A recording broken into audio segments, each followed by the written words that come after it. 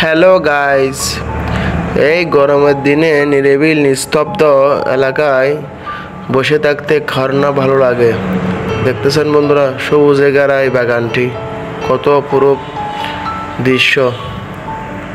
এখানে অনেক নানা রকমের বাগান রয়েছে, কাঁঠাল, আম আরও অনেক রকমের গাছ রয়েছে। এই জায়গাটা অনেক সুন্দর, প্রাকৃতিক ঘেরা, গাছগাছালি, মুক্ত হাওয়া, অনেক ভালো লাগলো। এই ভিডিওটি সম্পূর্ণ দেখবেন অনেক ভালো লাগবে আপনার।